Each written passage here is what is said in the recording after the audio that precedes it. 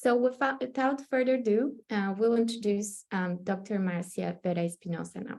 Okay, so Dr. Marcia Vera-Espinoza is a reader at the Institute for Global Health and Development at Queen Margaret University in Edinburgh. She leads the Psychosocial Wellbeing, Integration and Protection Research Cluster at IGHD. Marcia is a co-founding member at the research group Comparative Analysis in International Migration and Displacement in the Americas. In the Americas group Comparative Analysis, her research interests are in international and regional migration governance and refugee and migration inclusion in Latin America. She's also interested in exploring the role of social connections in refugees and migrants' pathways to inclusion. She has recently published in Comparative Migration Studies, Migration Letters, Forced Migration Review, Frontier in Human Dynamics, Migration and Society, Geopolitics and Global Policy, among others. So Marcia, we're very happy you're here today, and the floor is yours now. Thank you very much.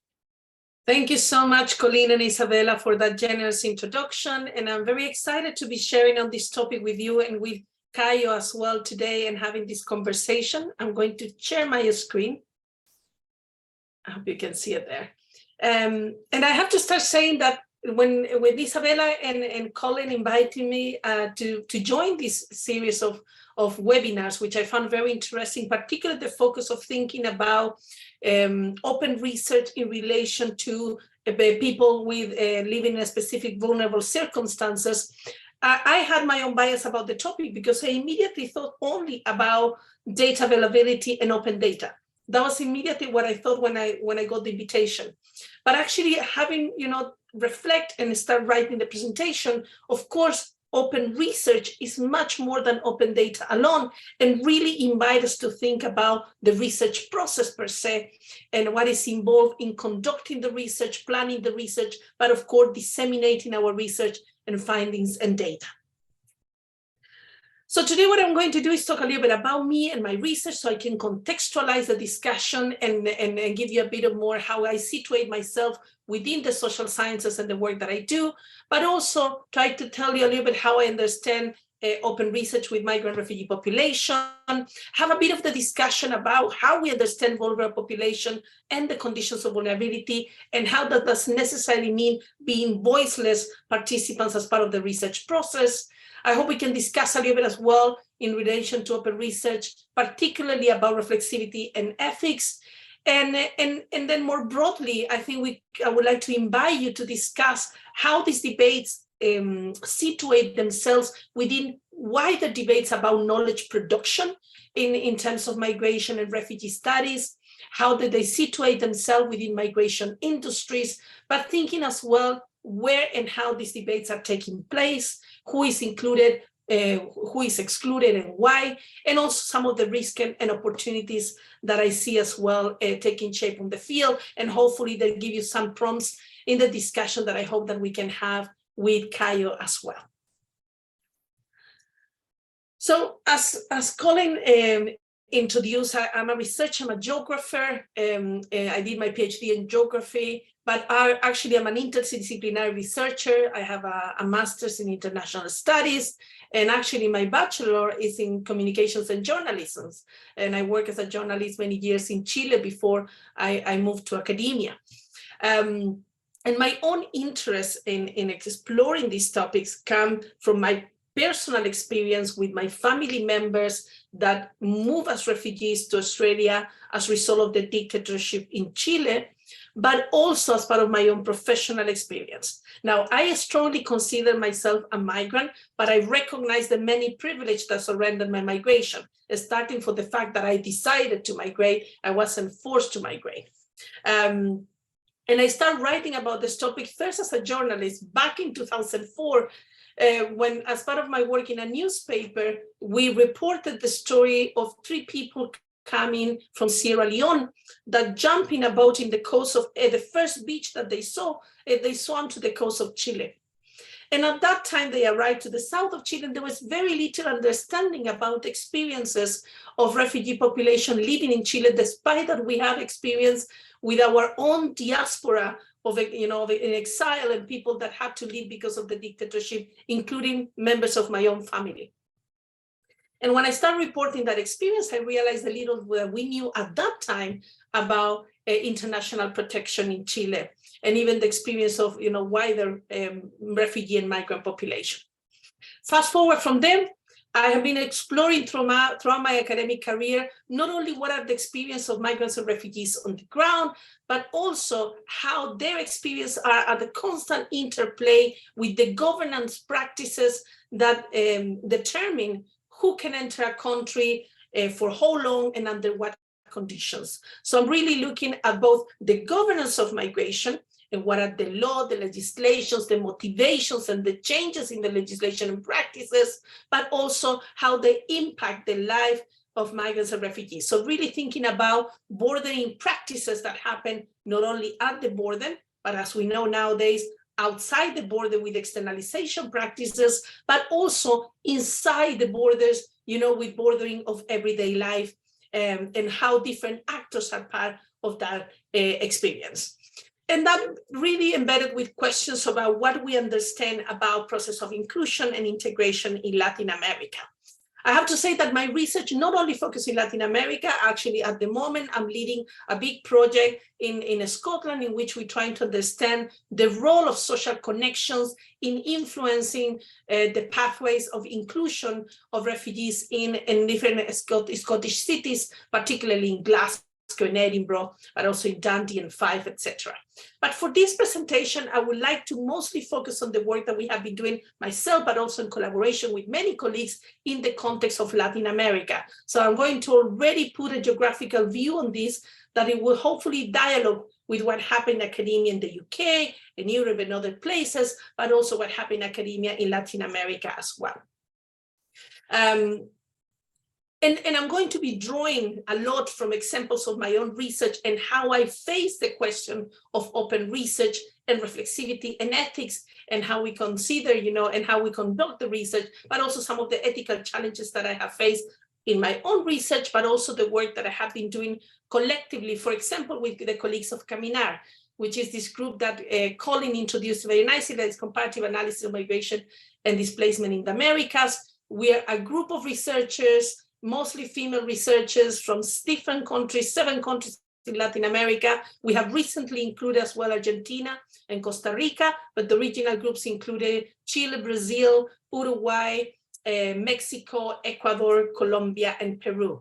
And we really try to look at different comparative dynamics of how we understand migration and displacement in Latin America. Now, and this is some of the publications. I will put my website later on, and you can hopefully, access most of them as well, and engage with some of the work that we have been doing individually and collectively. So what is open research in qualitative research? So when we think about open research, immediately I look at the UKRI principles and how they consider open research that embodies good research practices by openness participation in and access to the research life cycle. So this already challenged my initial assumption of thinking only about the outcome, only about the open data.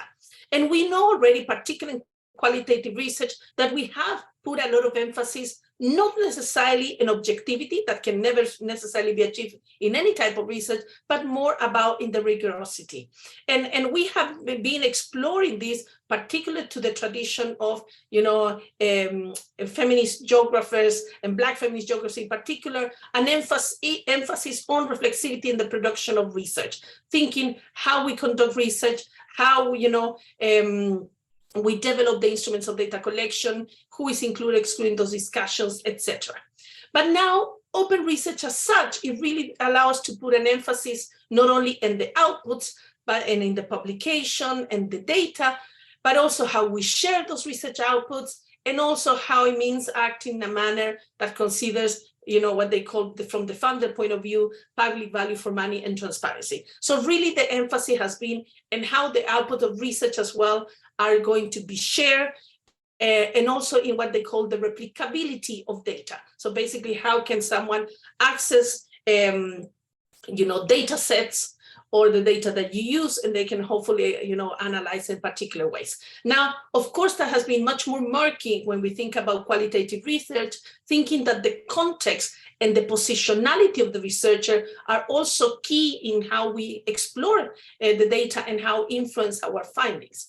And that's part of the rigorosity of our research. We put a lot of emphasis on who we are, and how our positionality might, shape or influence as well the data collection, the creation of the data, the questions that we are asking. So just putting a data set out there might not be enough to actually contextualize the data, how it was originally produced and in the context that it was produced.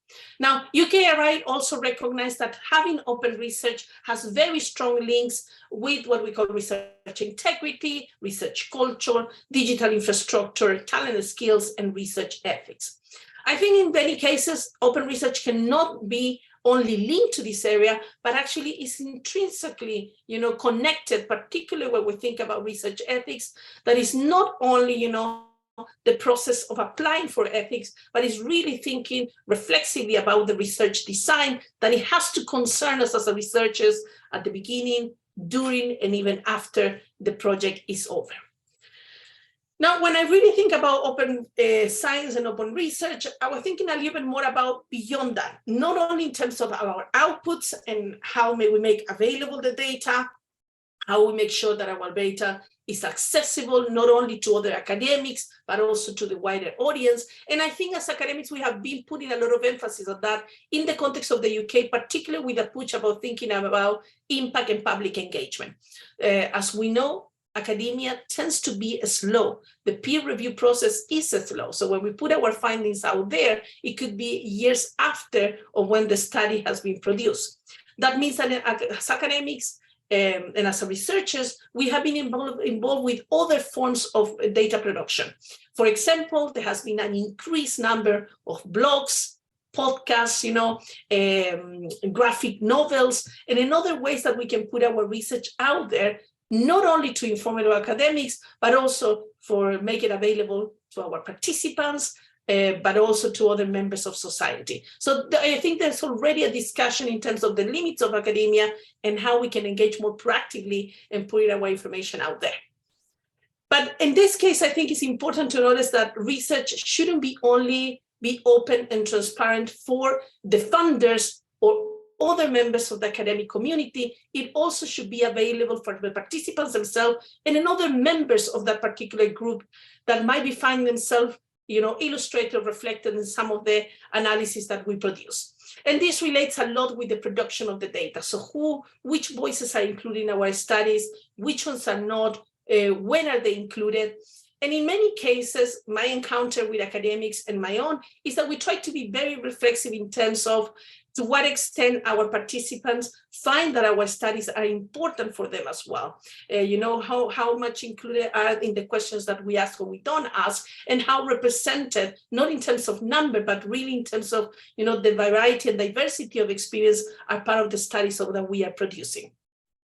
And of course, there's other questions that are shaping as well knowledge production in relation of who speaks for whom, and as Spivak invite us to think as well, who can speak and upon which interests. And this is a discussion that I have had a lot as well with migrant communities themselves, who very strongly feel that any discussion about their life should include them directly as well. So really, when we think about open research in this sense, I want us to invite to think not only about how we share the outputs, but also how we produce the knowledge and what is our participation and what is our involvement and who do we involve in that process of knowledge production more broadly. So here we like to pick it up what Storm says in one particular writing, where they invite us to think what is really needed is an open critical discussion with the affected people about what we feel as unacceptable when sharing our stories with others. Let new ethical standards be dictated by unwritten concerns around the precariness and not by outdated rules and norms. These unwritten rules should come about through the debate and generate a deep understanding of people experience. And this is why I would like to think about open research under, the gaze and the lenses of ethical concerns. That's the invitation that I would like to ask you, not only about open data, but actually about how data is produced. Before I move to those considerations, I want to discuss a little bit what do we need about vulnerable population in the context of refugee and migrant population. And the question here, of course, is are we talking about vulnerable people, or are we talking about people in vulnerable circumstances? And this is an important clarification, because the same people that we interview from refugee background, from migrant background, people that is displaced, constantly put forward. Many of them find themselves, particularly during the journey, during the transit, or upon arrival, and even after many years living in a place, they found in circumstances of vulnerability and exclusion. Our research has shown that as well. That means that they might not have full access to social, economic, and cultural rights, or it might be that are at the end, of expressions of racism and xenophobia. So they might find themselves living upon structural inequalities in the places where they live, or during the transit and the displacement itself. But what is important to consider here is that these people is living under conditions of vulnerability doesn't mean that it's an intrinsic condition of them. As it's not intrinsic to be a migrant or refugee. This is another discussion, but also relates to, the categorizations. These categories that we use, migrant, refugee, even expat, are not nature, they're not natural. They are created, and they change as well, depending on the time and the context. So a person is not solely defined by the migration of refugee status, but of course, we know that it is intersectionally crossed by other axes of exclusion, or by other conditions that determine who they are.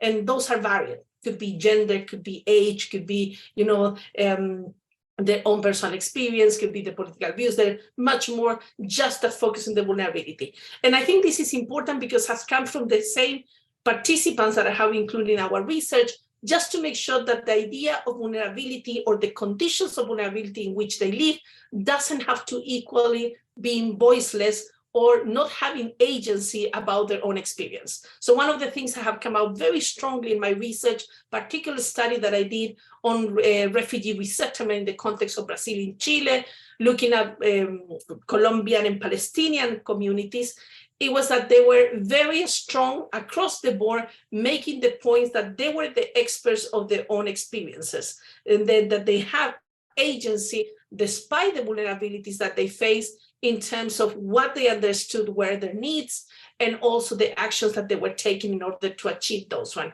And I put here 2 quotes just to illustrate there.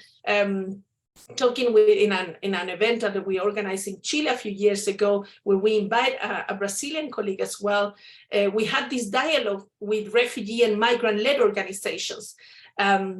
And at the beginning, they were not invited in the panel, despite that the panel was about the political life of migrants and refugees. And they reach out directly to us and say, it's impossible that you talk about us without us. Don't talk about migrants without migrants, which was totally right. We were having a very academic bias there, and inviting them made the panel much richer, much critical, and really reinforced the point of making it key participants of knowledge production. So that's one of the things that I want to notice. And this came out from also my research, as we were talking with Colombian and Palestinian refugees, both in Chile and Brazil. They were making the point of how they understand the structural inequalities that they live, but actually they're active agents in trying to promote change. So they are not only waiting for citizenship status, but Engin Esin has invited us to think they're constantly also claiming citizenship through practice, through claiming rights and access.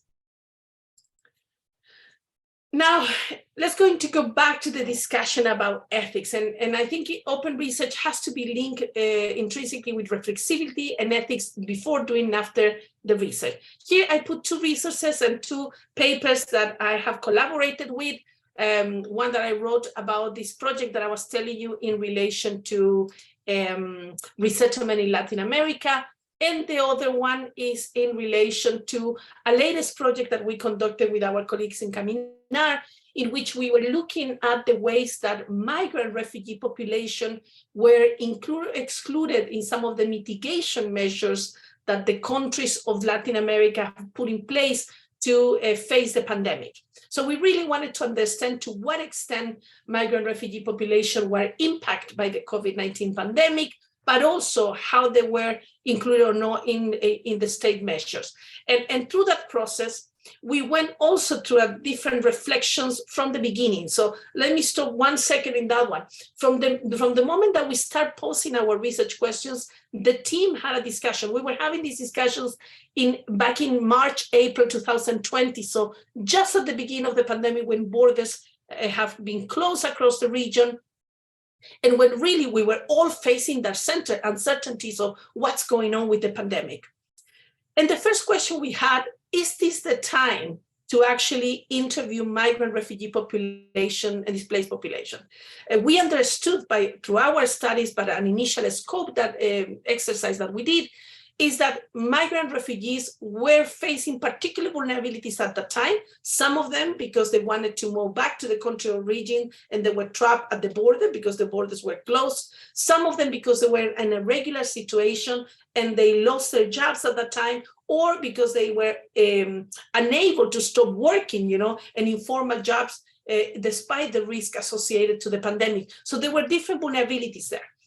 And one of the decisions that we had to take early on was to maybe not interview at that time migrant refugee population, because we felt that at that time they had specific needs and we were going to put an extra pressure by including our study. But that raised another question immediately. How can we do research about migrant refugees without them as key voices in the study? We didn't solve this completely, but the way that we solved it was to include, of course, a broad range of participants that included, representatives of local governments, national government, international organizations, civil society organizations, but also migrant and refugee-led organizations. We understand that it's not exhaustive because, of course, migrant refugee organizations, as migrants themselves, are very diverse. And they have, different views, different ways to approach the work, different positionalities, different political aspirations as well. But at least the support that they received, the person that we were going to interview, meant that they have some protective caution that allows to be part of the interview if they wish to be so. So in that paper that you see at the bottom is when we actually reflect in some of these ideas about care, participation, and how we deal with ethics in that context. So we think about ethics, we of course think about ethics application and adhering to general standards of good research and practice, which involve responsibility, integrity, honesty, respect, and fairness. In the context of the UK, but also in many places, particularly in Brazil, not the same way in other countries of Latin America, although the interest is rising, is that we have ethics committees and we have to put an ethics application. So it's really, a lengthy box, a lengthy form that you have to tick. You have to make sure that your research complies with informed consent, that your participants are informed about the research, that they understand they have the right to withdraw at any time without giving explanation, that you tell them how the data is going to be stored and managed, when it's going to be deleted, etc. Now, I found that the process is very relevant for allow us to think about our research design. And it's a good process to start working our studies before the project takes place. But of course, it's not exhaustive, because something that we know as qualitative researchers is that the field is ambiguous, is contextual, and is very flexible. It changes. There's so much we can plan through a ticking boxing exercise. So it's important, and here taking the quote from Jill Valentine, that says that prescriptive codes of practice are limited because more rules are non-universal and we cannot anticipate all possible moral dilemmas. We need to recognize the importance of being able to develop authentic individual responses. So really what we have to think is how we might negotiate this consent and this ethics in practice. And this is what I'm going to show you a little bit through some examples of my own research. So one of the things that I have reflected a lot across the different projects is issues of access. and informed consent, you know. And one of the studies that I did, I was working or I was doing participant observation in 2 NGOs working with migrant refugee population in different countries. And at that time, they were the main gatekeepers to refugee population.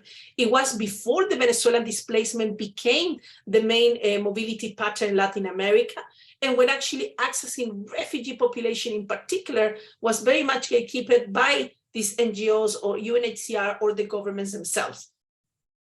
Now, I did find myself constantly, and this is the notes of my own reflections, thinking how these institutions control refugee contact details and decide what information provide or not provide.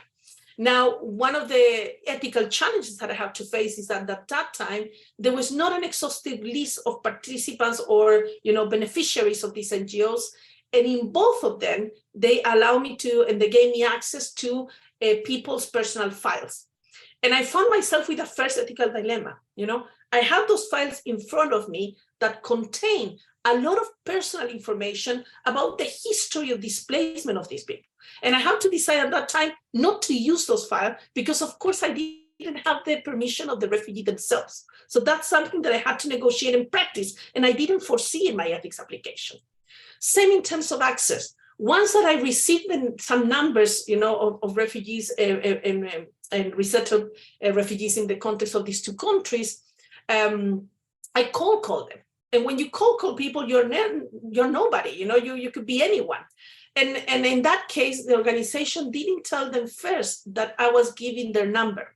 So when I called particularly this family, and of course, Luis is not his real name, but they invited me to meet in a shopping center, which I thought it was a very unusual place for having an interview. But when I asked them, why do you want to meet in a shopping center? They told me, because we don't know you. We don't know who you are. You know, we don't know what you want to talk to us. And we need to, this is a security measure that we can take to protect ourselves. So, you know, Luis said that, I don't have any problem with you now that I know you, but don't you think it's questionable practice that the organization gave you our contact details without letting us know first? What if the person that doesn't have good intentions?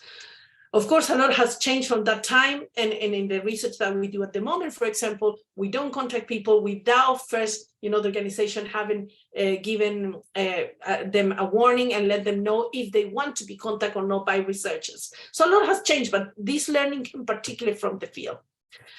Another ethical challenge that I think is important to notice is the one of research fatigue. Is when, you know, and this happens a lot when there's a particular group of people that over and over has been in contact in order to know about their life.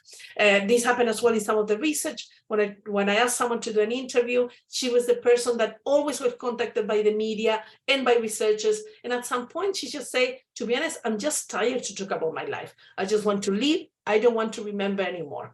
And this brings us important question in relation to open research. What do we need to know?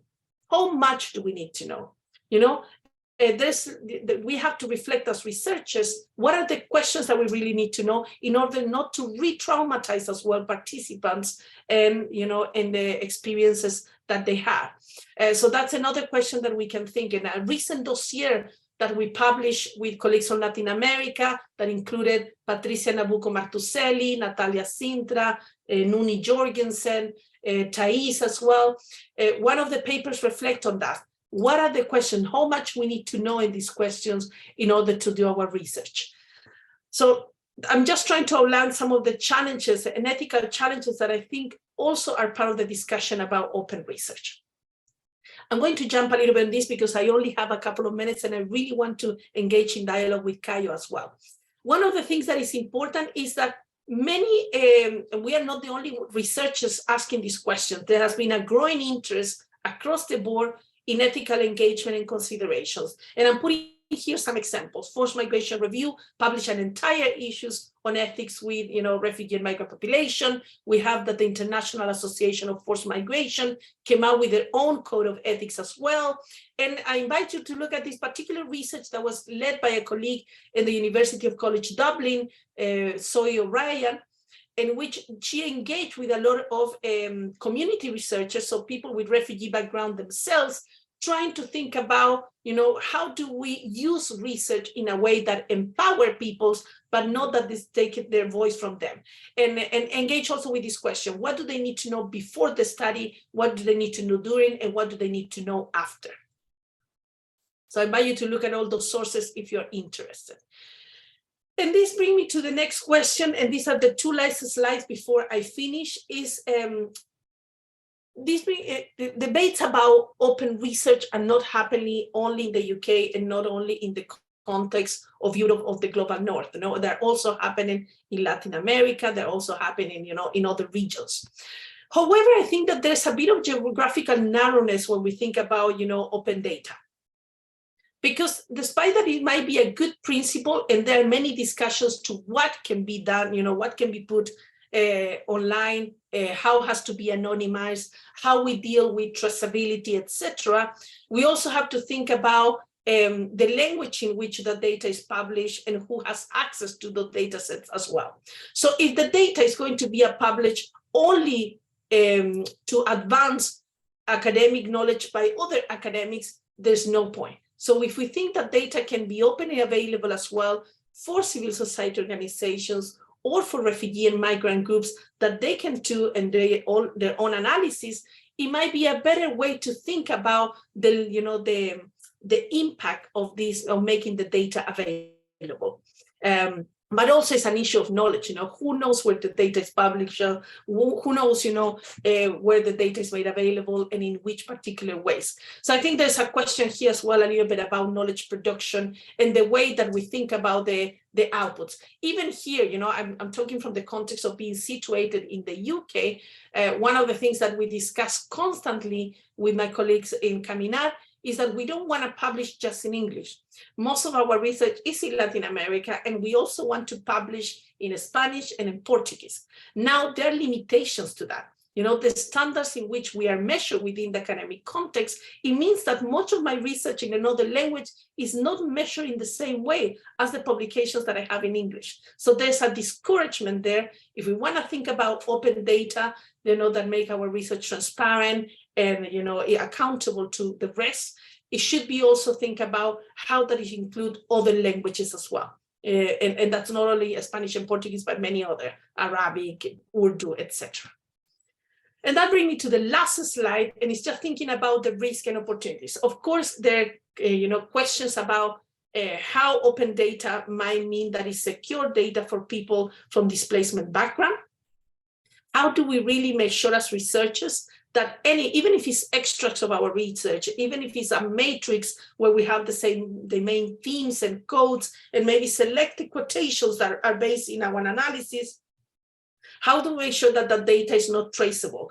How that become also a safeguarding policy, particularly thinking in an environment in Latin America and elsewhere where we have seen increased racism and xenophobia against mobile people. So how we really make sure that this data is used for the means that it has to be used and it doesn't become an issue for them. And I'm not only talking here about written data. There's an entire discussion as well about the use of images in research with refugee and migrant population. This is very common, particularly for NGOs, international organizations, but also researchers. And there's another questions about consent, about how the image of a particular moment of your life might be taken and showcases across the world. There's, of course, the limits of replicability and qualitative research, as I said at the beginning, because, of course, it's very contextual and situated, and also based on the positionality of the researcher. But also, I think it's important to reflect here how research and how open research consider all these ethical standards before, during, and after the research is produced, also contributes to migration industries. So migration industry are all these institutions, organizations, and practices that either facilitate mobility or constrain mobility. And universities, we are part of those migration industry. International organizations, border guards, border agencies are all part of this migration industry. We all have a role, but we as academics and researchers, we also are part of our industry as we generate knowledge and we create understandings about these categories that are not natural. So our contribution to those debates is important as well. And our entire engagement with open research should be also taken into consideration in terms of the information that we produce as part of these migration industries.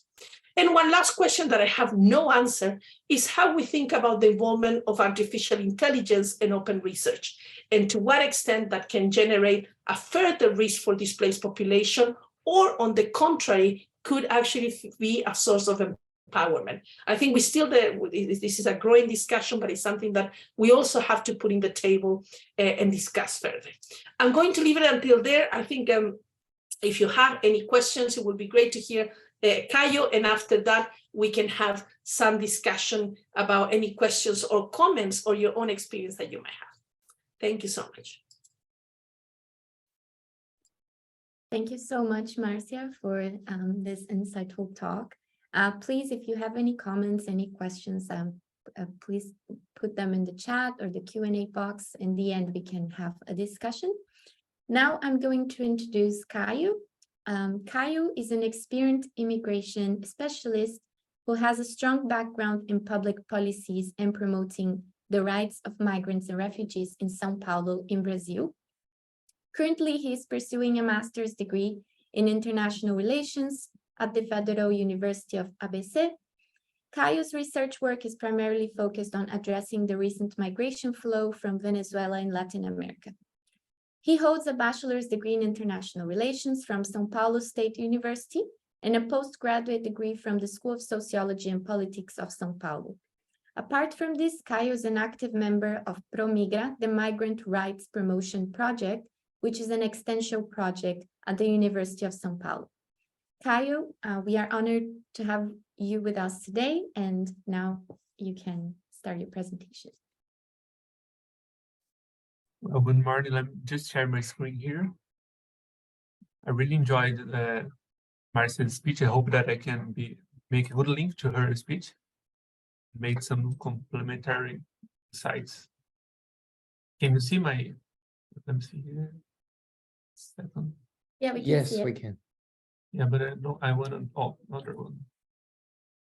You share this one.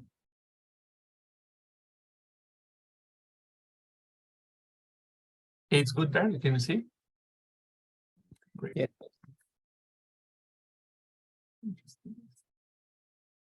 So, good morning from Brazil to everyone. It's very early here in the morning because our time zone is 4 hours behind you there in the UK. Well, it's a great pleasure that I stand before you today in this fourth session of this very esteemed event dedicated to open science and qualitative research.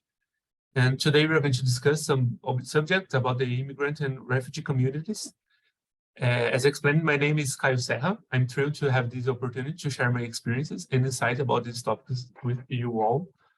To begin, I will talk about my career briefly, just for you to get to know a little bit more about me. As Isabella said, I'm currently pursuing my master's degree in international relations in the Federal University of ABC.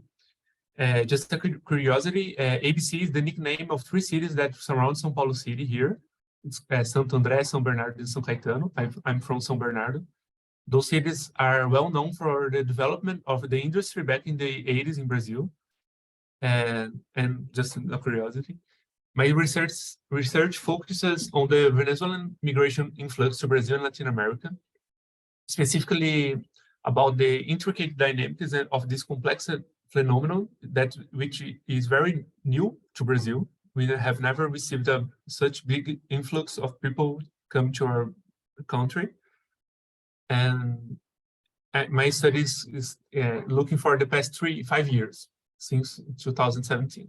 So I will study some of the pandemic as well. When we haven't had new migration during this year, in 2017, we have a new migration law established in the country. And I look for to some major events in the domestic politics and the regional context. And through my academic journey, I have gained some deep understanding of the challenges faced by migrants and refugees, particularly in the context of Brazil. And beyond my academic pursuits, I am an active member of Pramigra, a migrant rights promotion project and research group at the Law School of the University of São Paulo. And within this role at Pramigra, I have been involved in various initiatives aimed to advocating for the rights of migrants and providing crucial assistance to the most vulnerable individuals within our communities. And finally, I have worked at Caio, which I'll talk more about it later on during my speech, which is the reference center for migrants here in São Paulo, a public institution, a public service, linked to the Municipal Secretariat of Human Rights of the Town Hall of São Paulo, which provides a specialized and multilingual support to immigrants and refugees in the largest city of Latin America. And my work with migrants and refugees in São Paulo has afforded me a broad range of experience. I have this insight from the civil society here in São Paulo, enabling me to witness firsthand some of the obstacles they encounter and the resilience they exhibit in their pathways as migrants. And it is through these encounters that my passion for the promoting rights of our migrants and facilitating their integration in Brazil society has bloomed. During my speech today, I hope to shed light on some importance of the open science and qualitative research when working with immigrant and refugees communities. I hope to be able to share some of these experiences that I had and the knowledge that I have gained during these years, even though I'm a really new researcher. I don't have such experience as Marcia here, but I'm the starting of my academic career. But I have this experience in the civil society and by dealing with people, with migrants face to face. And I will discuss during my speech the significance of fostering inclusivity, empowering individuals, and ensuring their voices are heard within the research process that I'm making. Thank you for the attention today, and I look forward to engaging some good discussion after my speech and during this session. And before concluding my introduction, I would like to quickly extend a special note of gratitude to Isabel and Colin, who kindly invited me to participate in this event today. I'm very grateful for this opportunity to contribute to this important discussion, and I admire very much the dedication to promoting this event regarding open science with groups in vulnerability. And I'm very honored to be part of this event. Once again, thank you for all the support and for bringing us here today. Well, today we are going to talk about the unopenable, about the things that are very often difficult to discuss, especially when it comes to qualitative research with vulnerable participants. Specifically, we are going to talk about doing this open research with immigrants and refugees. And as researchers, I just put here some introduction about the topics that I'm going to discuss today.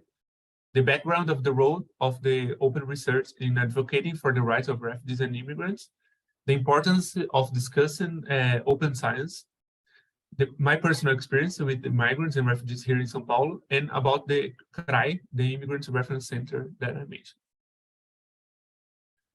Well, as researchers, we have an ethical responsibility to ensure that our research does not harm the people that we study, and that includes vulnerable populations.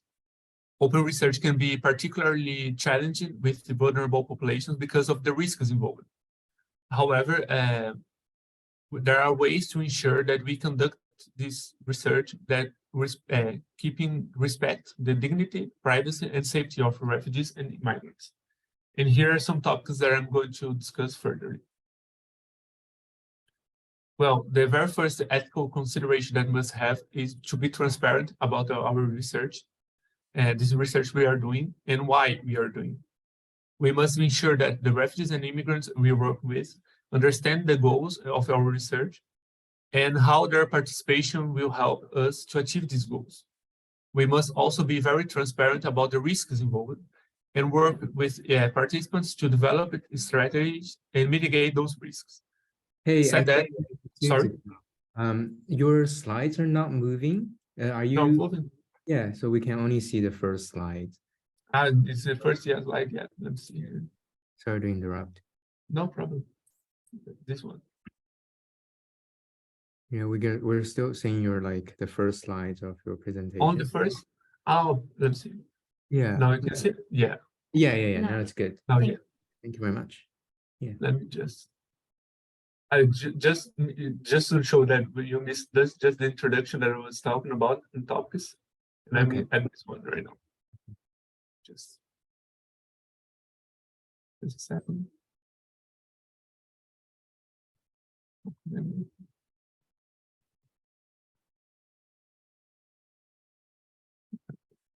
Like this. Sorry for that.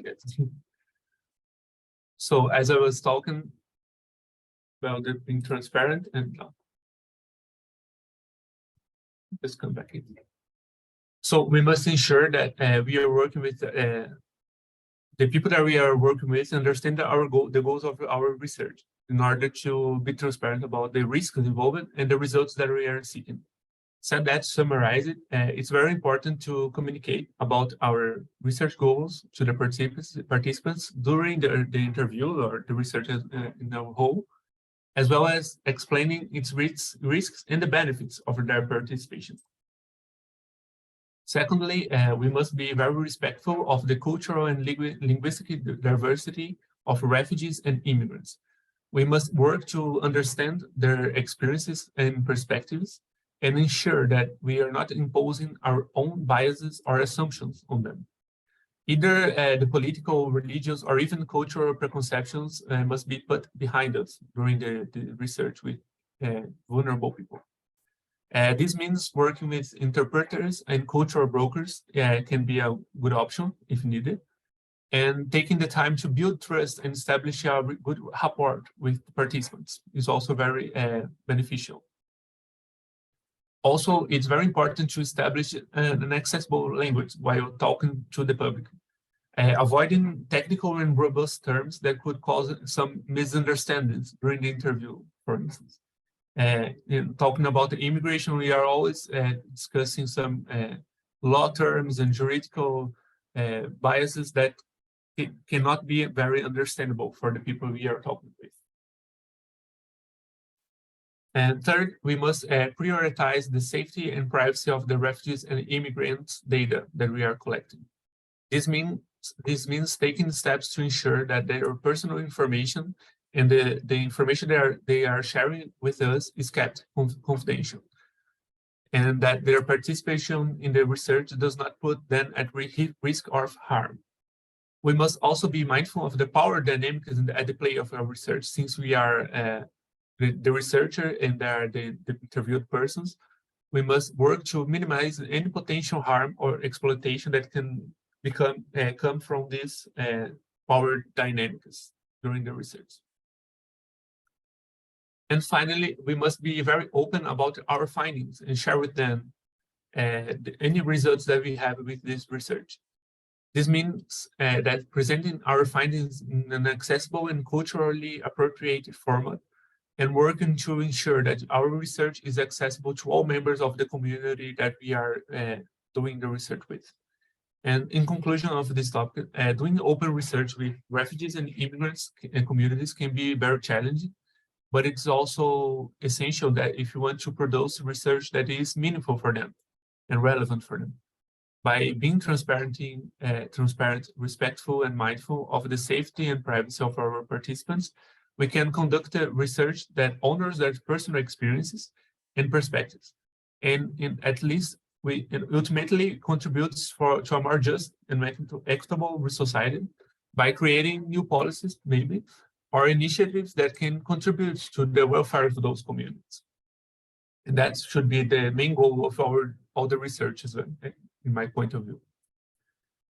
Now, I have just gathered here very quickly some topics about the transformative capacity of open research in empowering participants, amplifying marginalized voices, providing evidence for policy advocacy and public policies creating, and enhancing trust and collaboration between refugees, immigrants, and research. Firstly, open research can empower participants by fostering transparency and inclusion throughout the research process. It's important to emphasize the importance of involving refugees and immigrants as active contributors. given the agency that Marcia mentioned, not just as subjects of the research, but also as research endeavors. By openly sharing methodologies, data, and findings with them, participants can gain a deeper understanding of the research purposes and the impact of what we are doing. This empowerment can strengthen their sense of ownership and allows them to actively shape the research outcomes. And this is very meaningful for me, ensuring that their needs and perspectives can be taken into account. This is also a very important way to build confidence with the participants which can contribute with our research. Secondly, the open research serves as a powerful tool for amplifying their voices and the perspective of marginalizing communities.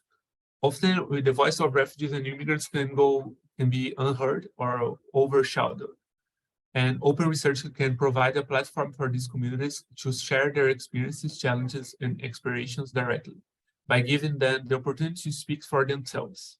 We can challenge some existing narratives, break some stereotypes and biases, and pave the way for a more inclusive and diverse understanding of their lived society realities. And furthermore, open research can generate valuable evidence that can be utilized for policy and advocacy and social change for these communities.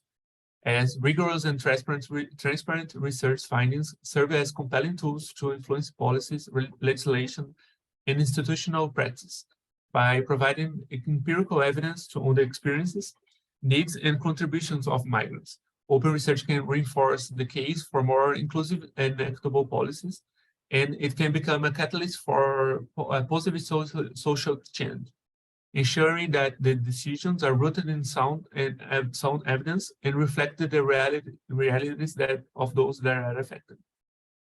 And lastly, open research can foster trust and collaboration between refugees, immigrants, and researchers, as I mentioned. By embracing this openness, researchers can demonstrate their commitment to ethical and inclusive practice.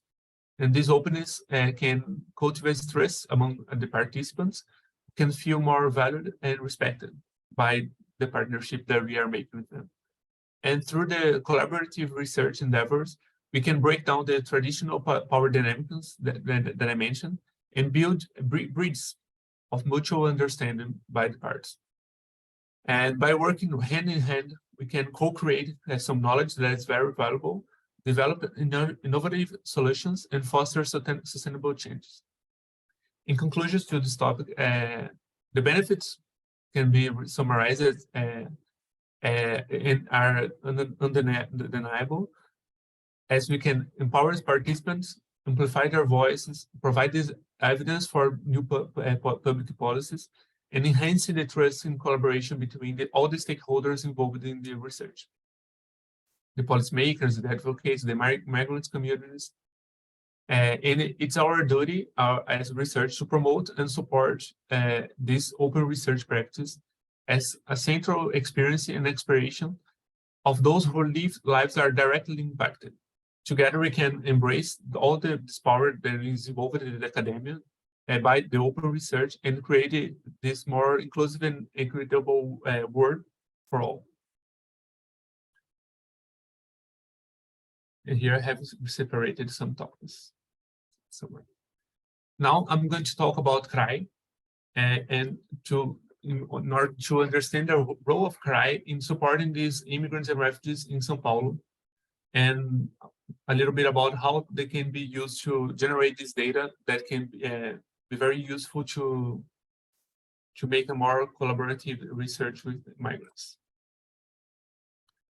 So CRAI is the Centro de Referência e Atendimento para Imigrantes, is the Immigrant Service and Reference Center in São Paulo, and its role in supporting immigrants and refugees in São Paulo is very important on advocating for their rights and collecting the relevant data and fostering the public policy in the municipality. Well, in November 2014, the Immigrant Service and Reference Center, CRAI, was established as a public institution linked to the Municipal Secretariat of Human Rights and Citizenship of the São Paulo Town Hall. It serves as the first at all and the pioneer public service that provides specialized and multilingual support to immigrants and refugees in the largest city of Latin America. And through the most essential services provided by CRI, the immigration population, including they can offer some of the services that they can offer, is the document regularization, access to information and public services, access to rights in Brazil, as well as psychosocial and juridical assistance, all public and free for them, besides assisting the integration of these communities in Brazilian society. It is also possible to gather data that enables the diagnosis of the situation of this population in São Paulo. And this includes determining if individuals are in refugee situation, what are their most demanded topics, assessing their documented status, collecting the other socio-economic data that can contribute to the development of the public policies in São Paulo, and some other initiatives for this population. So some of the services provided directly to the migrant population in São Paulo are the document regularization, the access to rights, in order to obtain the documents with the Brazilian authorities, the access to some information on their legal rights, employment, and educational opportunities. They can assist immigrants and refugees in accessing public services such as healthcare systems in Brazil, social beneficial programs such as cash transfer programs from the government, and other programs of education. And finally, CRI can collect some data that can contribute to the development of these public services and some initiatives from the civil society to the immigrants in the city. Well, and what is the role of CRI in supporting these immigrants and refugees in São Paulo? And how does this data collected by CRI can inform these policy decisions of the policymakers and contribute to a better understanding of the immigration experience in the city? Well, the collection and analysis of this information are crucial for understanding the demands of this population and for creating the evidence-based public policies and actions. I was working at CRI until recently as an information manager, so I deal with all the data that we collected there. And this data obtained from CRI services can also allows us for the identification of regions of São Paulo where with significant immigrant presence, and helps us to identify the main demands and difficulties they face in accessing public services, to better aim the initiatives to this population. And CRI's establishment demonstrated that the city's commitment to supporting and integrating immigrants and refugees by providing this specialized assistance and collecting data. CRI plays a vital role in understanding the needs of the immigrant population and developing initiatives that address these their specific challenges. And if you look closer to the importance of this data analysis, we can assume that CRI's data is crucial for understanding the demands of the immigrant population, since it is also a place where immigrants can be heard. As a service face-to-face with this population, they have a space where they can bring their demands and their concerns directly to the public servicing in São Paulo. It is also possible to provide some identification of regions where these significant immigrant populations are, as we can identify geographically where they are in São Paulo and make some task force actions in determined neighborhoods in the city. And the development of these evidence-based public policies and initiatives, CRI data can inform the development of effective policies and initiatives for the communities, where we can apply and see if it's working or not. And it's through this initiative like CRI that the city can work towards creating inclusive environments where immigrants and refugees can have access to essential services, protection, access to rights, and opportunities for the social and economic integration. The data collected at CRI is not only to inform not only informs the policy decisions, but also contributes to a better understanding of the immigrant experience in the city and paves the way for the more effective support systems for this vulnerable population. And that's all that I have for this exposition right now. Here you have my contact. I can share it with you if you wish. And that's it for now. Thank you all.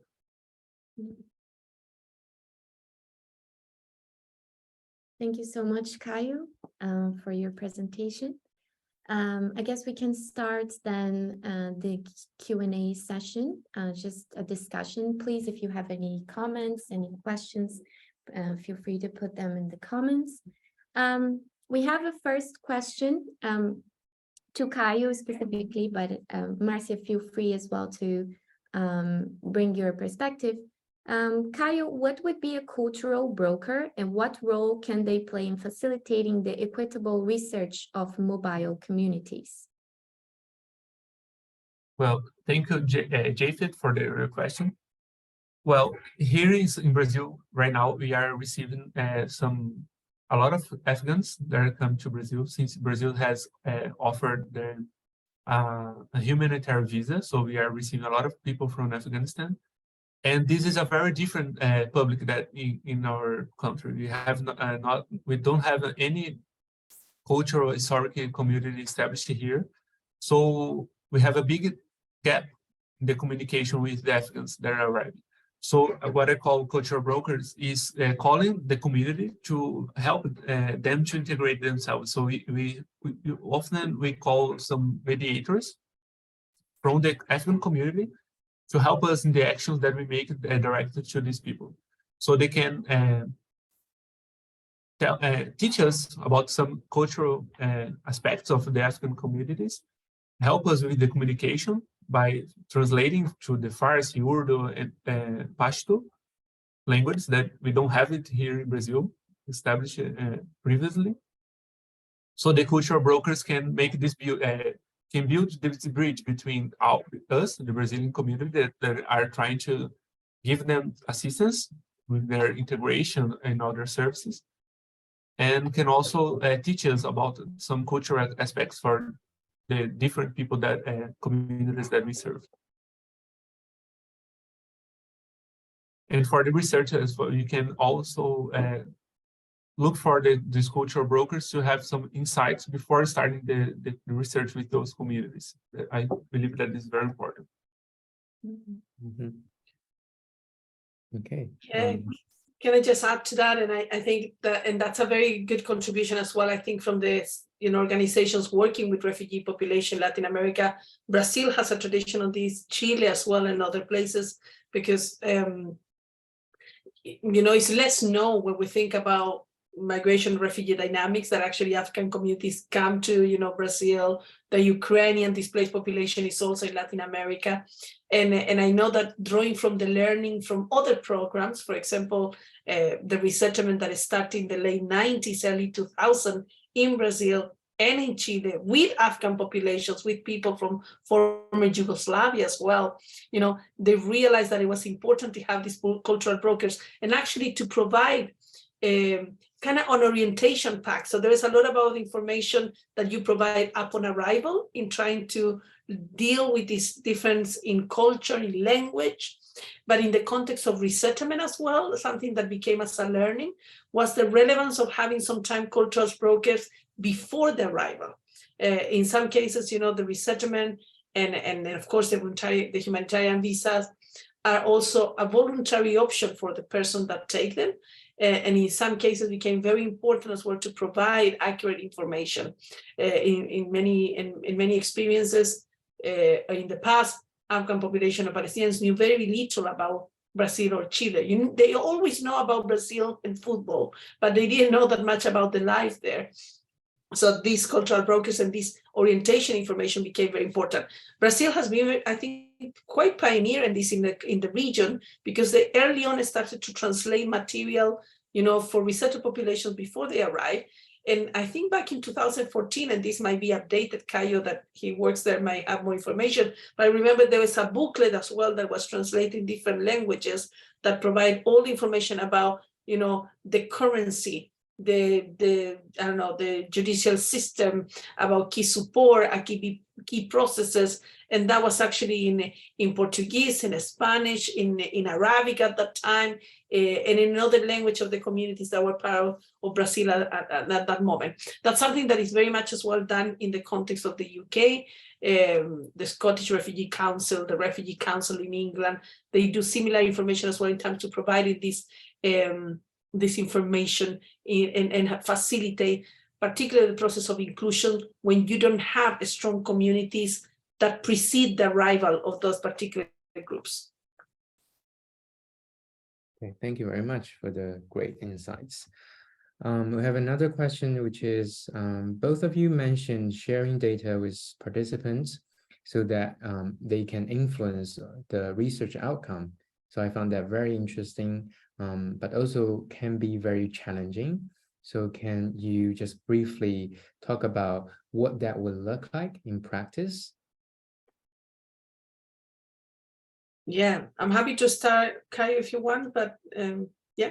Thank you for that question, Colin. So this came out also from our participants themselves. One of the reasons why people talk about research fatigue is not only because of the constant questioning that we do, but also our interviewees in many cases understand as well the extractive nature of academic research. You know, we take a lot of information from our participants, we publish it, and in many cases, they never hear back from us. So there's a very unequal relationship there in terms of them sharing their stories, their experiences, and their perceptions, and never hearing back from the researcher.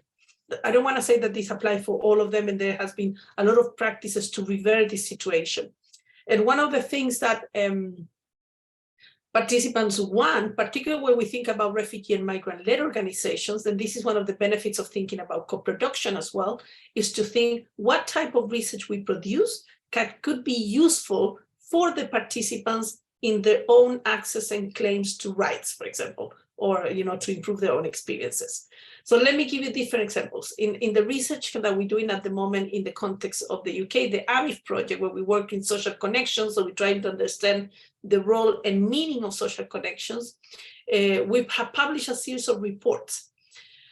What we try to do is that we understand that publishing in English is already an exclusionary measure. So we took the executive summary of all the reports and we translated in all the languages of the people that we interview. So Pashto, Urdu, Farsi, Spanish as well, Arabic, and French. So we kind of try to type the languages of the participants and we publish it then. And also we start to developing what we call these feedback sessions. So we invite participants to discuss our findings with them. One of the things that we realized when we did it at the end of the last stage of the project is that only few of them attended. But we realized why. It was because it was in working hours. So they didn't have the time to come in the middle of the day, So for the next one, we're planning to do it after hour and online, which will be much easier for the participants to attend. So we also have to adapt and be flexible to their needs and circumstances. There are other ways, I'm thinking here of there's very good work done by different colleagues, but one of the options is to work together with the refugee or migrant organization in this case, and you can say to what extent our findings can be useful and which format do you think might be useful for you to use it to your own claim. So it could be that you can create a e-sign or a leaflet or a graphic novel that they can use as educational material. So in that way, they can also be part of the not the discussion only of the findings, but they can use the findings in a more productive way. I'm thinking here, one of a PhD researcher, not a PhD, she's a doctor now, recently graduated, great work of Dr. Giovanna Gini. She worked with a small community in Brazil, actually took in the thinking about forcing mobility because of climate change. And what she has done is that she worked directly with the community thinking of how they can co-produce together. So one of the things that they do is that every writing that she does is co-signed by the community. So even the academic production means that it's not only the author, in this case, she includes the community in the production of even academic outputs. So there are different ways that you can do it that engage with the question of retribution, the question of participation, but even the question of how we can decolonize knowledge production as well. So I think I went a bit broad, but maybe Caio can add something there as well. Yeah, I found it very interesting, the research fatigue term that you mentioned, because that's really true. When you talk with immigrants, they have told the same history a lot of times, so they are really tired of speaking about that again. And it's very important when we are interviewing some immigrants to avoid the re-victimization. I don't know if this term is correct, but because sometimes there are some topics that are very sensible that they don't want to talk about it again and again, and even that's why it's very important to build this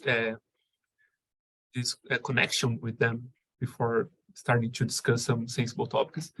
And I don't know, but I try to do that by going around the topic without going directly to it, and then with some other questions about, I don't know, without bringing some light to the very sensible topic, but I can find the answer that I'm looking for without talking about it. I don't know how can I explain that. And just to show you about the booklet innovation, we have this new one. Let me see. I cannot see. It's a very, very big book that we have translated to French, Spanish, and English, and Arabic, and that does not contemplates all the migrant populations that we have here in São Paulo. For instance, the Afghans that cannot access it for now, but it has summarized all the rights of migrants and how they can obtain them. And this was made by the municipality of São Paulo. It's very good for them. It's like we call the Bible for the migrants here in São Paulo. And this was a very good initiative that came from the academia. We have a lot of researchers involved in the production of this material.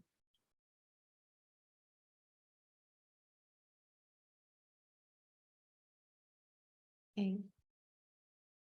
So we have a couple more questions here. Aaron asked, thanks for such insightful remarks. I'd like to ask Marcia her suggestion for overcoming the ethical dilemma of avoiding any damage to our informants, reviving trauma among refugee populations, for example, and collecting reliable, valid data for our research. Thank you so much for that question, Aaron. And just to say, in terms of resources, that I found it fascinating. This happened many years ago when I was in Brazil, following up in what Caio showed. Colleagues like Denise Cogo from Brazil, back in early 2000s, they created an entire manual for the media as well, how the media could talk about refugee and migrant population in an ethical way. So we can see the contributions that academia could do in this. And I know colleagues in Chile have done the same as well. So positive outcomes can happen. Now, coming back to your question, Aaron, and I think it's a key question that I discuss constantly with my students, because I remember one of them asked me, Marcia, there's so many ethical issues, why we just don't investigate another topic? And of course, the solution is not to put barriers to, scientific knowledge and the need to understand this process and its situated experiences, while at the same time providing evidence that is relevant as well, to understand the experiences of migration, mobility, and displacement. Now, they're different, and of course, it's depending on the project and depending on the context as well, but there are a couple of things that I recommended Aaron to consider. One of them is what to ask and what not to ask. What do we really need to know in the context of our research? And I have had this discussion with many colleagues, even the projects that we're doing now. And also depend on your discipline. Let me think about a little bit of colleagues that have a root and a strong tradition in ethnography. Many cases when you plan your interview, you think, in order to get my interview and to gain the report of the person, I might ask them about their entire displacement and journey. However, there's a risk of doing that because you can re-traumatize the person through the displacement experience and the reason that took them to leave their country of origin. So in this case, you really have to ask themselves, for the purpose of my research and the research question, do I need to re-ask that aspect in particular? Let me give you an example. In our research with social connections, we really want to understand what are the role and the meaning that refugees give to the people and organizations that facilitate or constrain access to different means and markets of integration. So we consider different means and markets like, access to job, health, languages, digital access, regularization papers, etc. And we consider social connections, all the bridges, links, and bonds, people, organizations that facilitate those. For that particular research, our questions really focus on what happened once that the person has arrived to the territory. So we don't ask about their past experience unless the participant want to refer to them in order to explore the connections that they have now. But we have to be selective, and there's sometimes as researchers we want to know everything, but sometimes we don't need to know everything if we think that it's not necessary for that project. The other thing we can always do is that you can try to discuss your questions with a group of participants before you implement the instrument of data collection. So you can think as well how appropriate their questions, how clear they are, how they might trigger some specific, past experience or traumas that might be difficult for the participant. And the other thing that I always suggest is that you create a safeguarding protocol. So the safeguarding protocol means that, because we all learn to be researchers, and that's a skill that we also gain. And as I said, the context, it might change, and the fieldwork might be very flexible and very dynamic. So you might find with a situation that you were not prepared for, that you never talked with your supervisor or with your colleagues. And in those cases, you might say, what happens if the person becomes emotional or angry, or distressed? What do we do in those cases? And you can stop the interview. You can offer the person to stop the interview. Remember that they have the time to withdraw at any time. You can reschedule the interview if they want to continue. But at the same time, many of us, I don't have, any psychology training. I won't be able to provide them the tools that the person might need. So it's always useful to have a list of possible referral.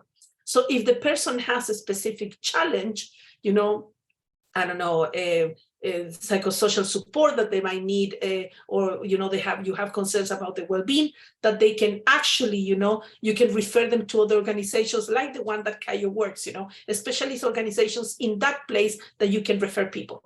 So I think the care in this way, the way of overcoming the ethical dilemma, is to think, what questions are we asking? When are we asking them? How we have safeguarding protocols to stop an interview if necessary and ask the person if they want to come back, but at the same time, thinking that we can have a referral policy so we can ask our participants to go to other organizations when we might not have the answers or we might not have the tools to provide the support that they need. I hope that I answered your question, Aaron, with that.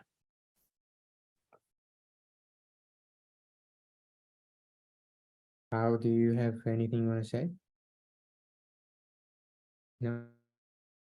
Okay. And we have another question, which is, have you ever had issues with restrictive, non-derivative licenses in translating your research? More specifically, when translating and adapting your research in order to give back to the community?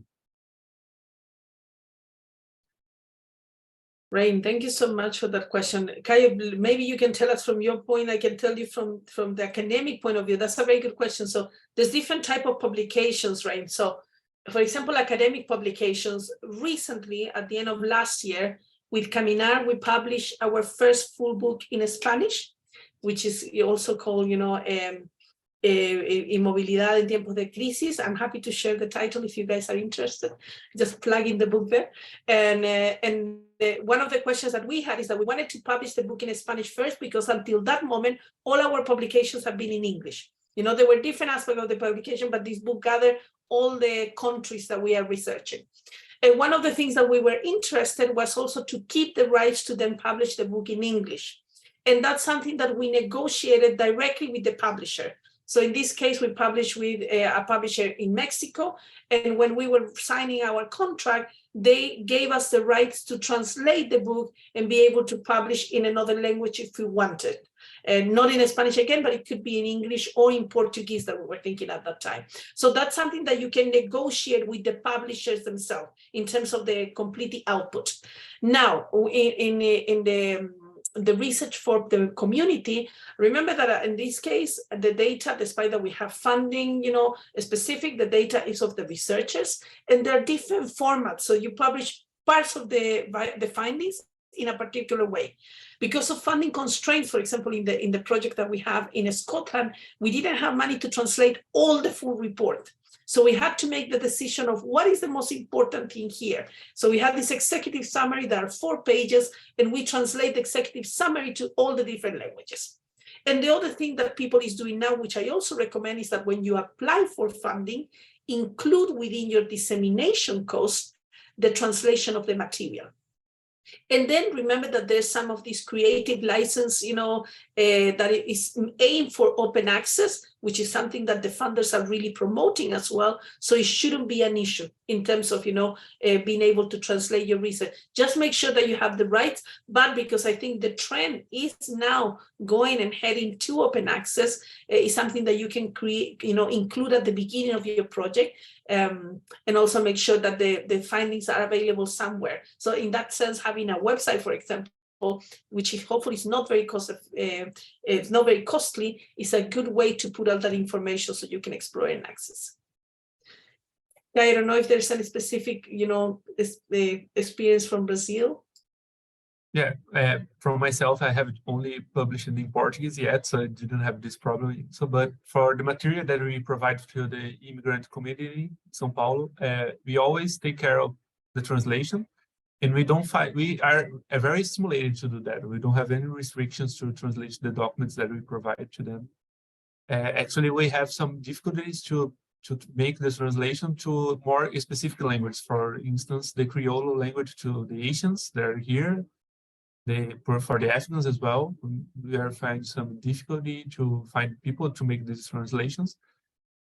But those are the restrictions, the constrictions that we have here. The difficulty to find some good translators for this material to these specific languages.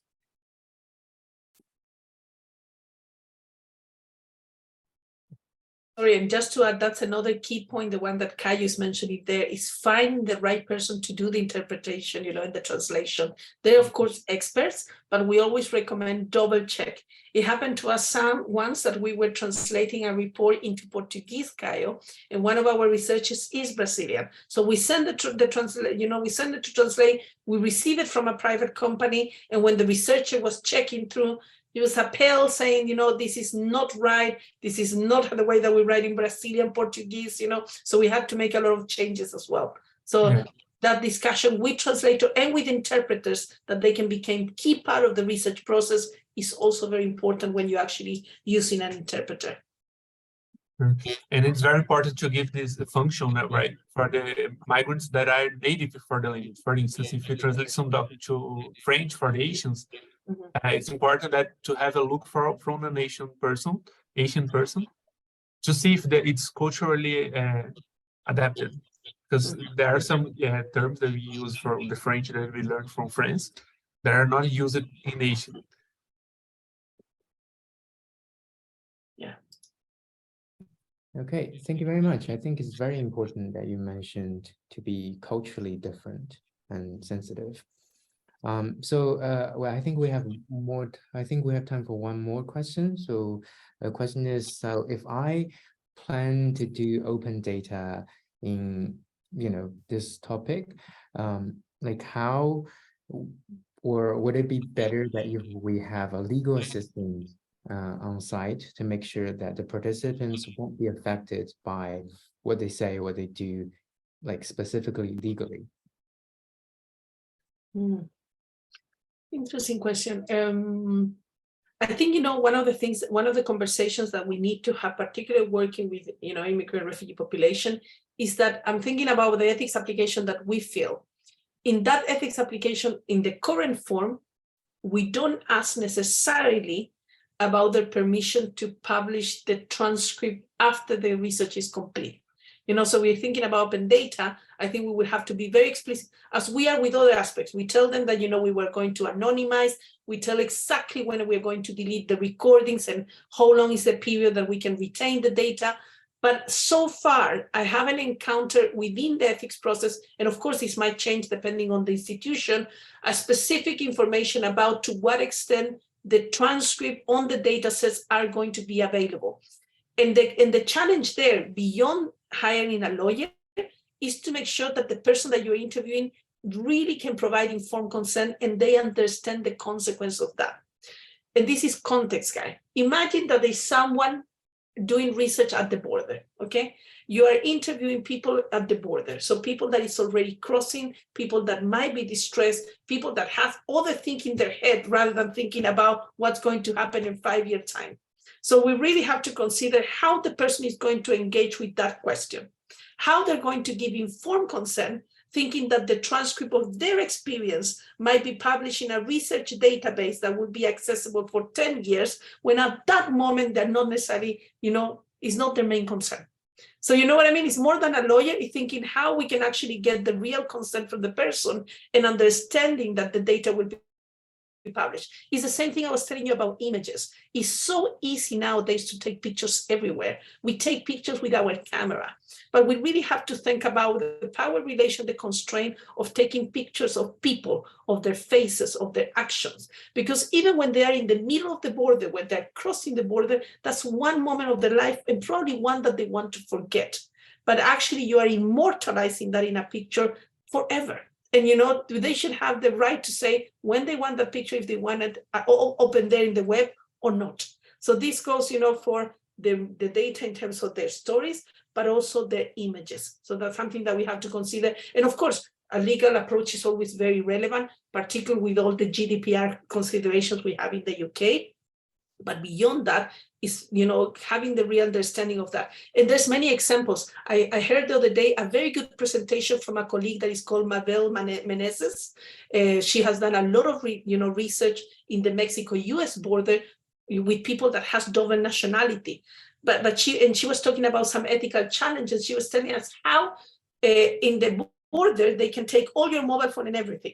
So how they have to make sure that every time she crossed the border, she immediately had to delete all the data from her mobile phone because it can be taken by the authorities. So, the risk can be a real risk for people's lives. So we have to make sure that they understand the outcomes and the possibilities of where the data is going to be. And what can we share? Can we share them entire records, even if we anonymize them? Can be traceable, So we really have to question and wonder what would be the best format of that open data that we share as well about immigrant refugee population. So a bit long of the response, but hopefully you can take. Yeah, that's good. Caio, do you have anything you want to share? No, I believe that we have this good perception of this topic, and we can preserve their images. But something that happens often is the other people, right? The society that, for instance, go to cry, or when they see migrant people in those vulnerable positions, they want to take pictures and publicize in the social media and all. And that's the very crucial as well, because at CRI, since Brazilians are not very used to see migrant people all the time, and they are very concentrated at CRI. When people go to CRI, they want to take pictures of people, and we always try to avoid this by telling them beforehand that they should not take pictures of their faces, they should not post it in the internet, because they can be in very vulnerable positions. The Africans, for instance, they are gathering here in Brazil at the airport. I don't know if you heard anything about that, but we have like 100 people leaving the airport. Like they made a temporary shelter there, and people pass through them and take pictures to post on the internet, like trying to help somehow to publicize the situation, but they are actually harming those people, because some of them can be persecuted. Their families that stayed in Afghanistan can be in danger because of this single act of humanitarianism of those people that don't have this, they are not attentive to this situation. So I believe that we, as researchers, we have this big responsibility and legal responsibility when we are dealing with their images and information. But it's also very important to give this perception to the society as a whole, because they can be very harmful for the migrants. Yeah, that's a great point. Thank you very much for that. So now we are approaching the end of our session today, and we just want to thank everybody for the discussion today. And it was really helpful and useful for us, and I'm hoping that it's going to be useful for you for your work and research. Before wrapping up this session, I would like to thank everyone and ask you to take maybe like 2 minutes to fill out this feedback form that you can see on the screen. It's going to tell us how you would think about this event and how we can improve in the future. So please be generous about your words. Okay. Yeah. In June, we'll have more sessions about considering open research when working with people living with mental health distresses and survivors of domestic violence. Soon we will send more information in case you would like to attend and share with your networks. And the recording will be available on YouTube after today still, I think. So we will send everybody and to those people who could not attend as well. So we want to thank everyone for being here today. We want to thank Marcia and Caio for collaborating with us and having such a wonderful discussion. It was amazing having you here. And yeah, we want to wish everybody a lovely day. Thank you very much. Thank you very much. Thank you so much, Colin and Isabella. Well done on organizing this event, and so nice to meet you, Caio. Thank everybody for the questions. Thank you all, guys. Have a nice weekend ahead. Very grateful to be part of this. I'm gonna end it We're ending the webinar, but we'll talk to you both later. on Yeah, email. Thank you so much. Well done for organizing this event, guys. It was a great conversation, and Caio, let's going to keep in touch as well. Sure. Yeah. I So- even noted the name of your articles here, your papers. I want to look for them.